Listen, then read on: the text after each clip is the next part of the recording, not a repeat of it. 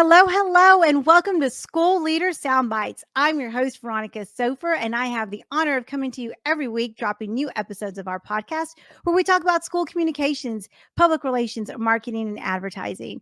So, if you are looking for some content on how to improve your school district's visibility strategy, you have found the right place. I come to you every week with more than 20 years of experience in school communications, and I love talking about all the things you need to know to improve your school district's presence in your community. So let's go ahead and get this episode started. But before we do, don't forget to hit subscribe. We don't want you to miss any episodes of School Leader Soundbites. And if you're watching on YouTube or Facebook, drop us some comments. So let's go ahead and talk about the new school year. It is a great time of year. Most of you are getting ready with school lunch information and supply list and making sure your website is updated with the current content and calendars. And most of us are still doing registration online, taking lots of time to explain to parents how to get registered, how to get our kids ready for the new school year. But there's some things you need to be doing right now before school starts or in the first few weeks of school to make sure that your communication strategy is ready to go. So, first thing I want to do is tell you that you need to have 4 steps ready to go. First thing you need to be doing is to tell them what to expect. In other words, your stakeholders, your internal audiences, and your parents, your external audiences, tell them what to expect. The second thing you need to do is tell them where to go to get this information throughout the school year. So you're going to share with them about your tools and different platforms that you're utilizing. And number 3, you're going to need to have a plan in place of how you're going to listen to them. Your feedback loop, right? Make sure your feedback loop is the third step of your communication strategy for the new school year kicking off. And number 4, exceed their expectations. So we're going to talk about how to implement really great strategies for your communication plan for the school year, but then we're going to talk about how to exceed it because that's ultimately our goal. So let's go ahead and start breaking these down. You've got a new school year. There's lots of emails that are going out to parents. You are talking about how to register, how to make sure your kids have the school supply list that they need. Maybe you've got uniforms in your school district, so you're sharing links and resources. There's always those great backpack attack type events where we're kicking off the school year with like fairs and parents can come and get school supplies.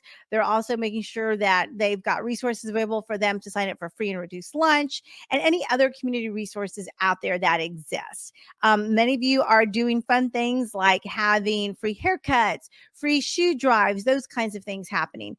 And as you're communicating those things out, whether in person at these events or online or on social media, tell them what to expect from the school system. How are you going to be communicating to them? Most of us have emergency systems that we're using that do text messages or phone calls, but explain how weather is going to be communicated, inclement weather or school closures or delay. So if it's XYZ, then you're going to need to make sure that you communicate that out via text message or maybe it's going to be done via email. This is a great time to remind them to have their email addresses updated and ready to go. And you're going to also need to make sure that they have a way to do that if they don't have access to stable internet logins and those kinds of things. So make sure you've got computer terminals or iPads out these community events so that parents can make sure that their information is available to them to update. Same thing with closures and inclement weather. What TV channels are you going to communicate with?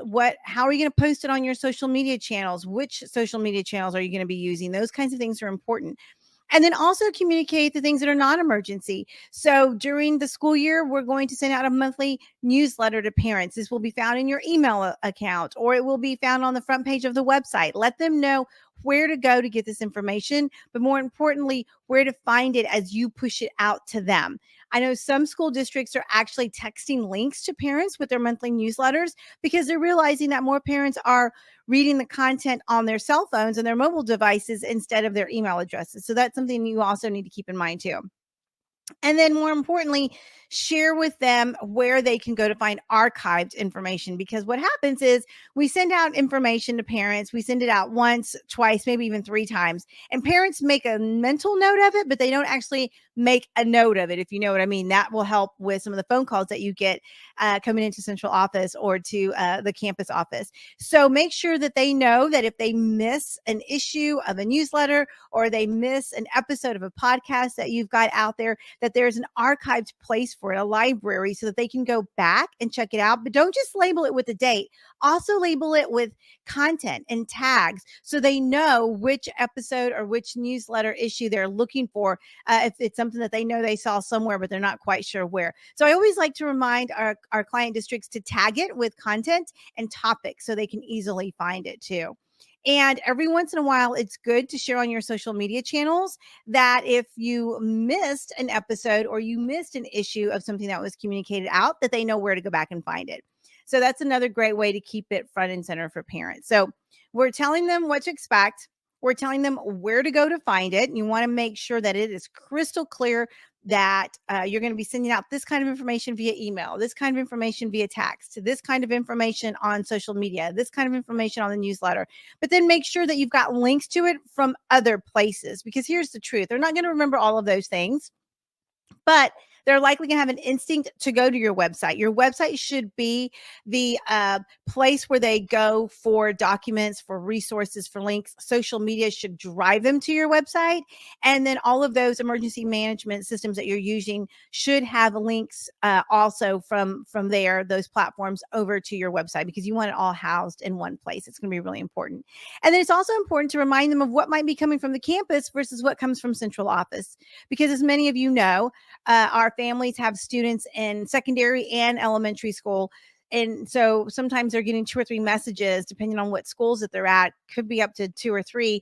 And they might be overwhelmed with all the messages. So if your emergency notification system allows you to synthesize all of that that's coming from the district, just send it to them one time, because no one wants to open up their email and see the same email sent 3 different times from 3 different places that all share the same pieces of information. So just be mindful of that. Most of you already have experts in your district that know how to use those tools. So I encourage you to continue to utilize those. Are you looking for a facilitator who can come and do some team building with your leadership team, or maybe your communications team or cabinet?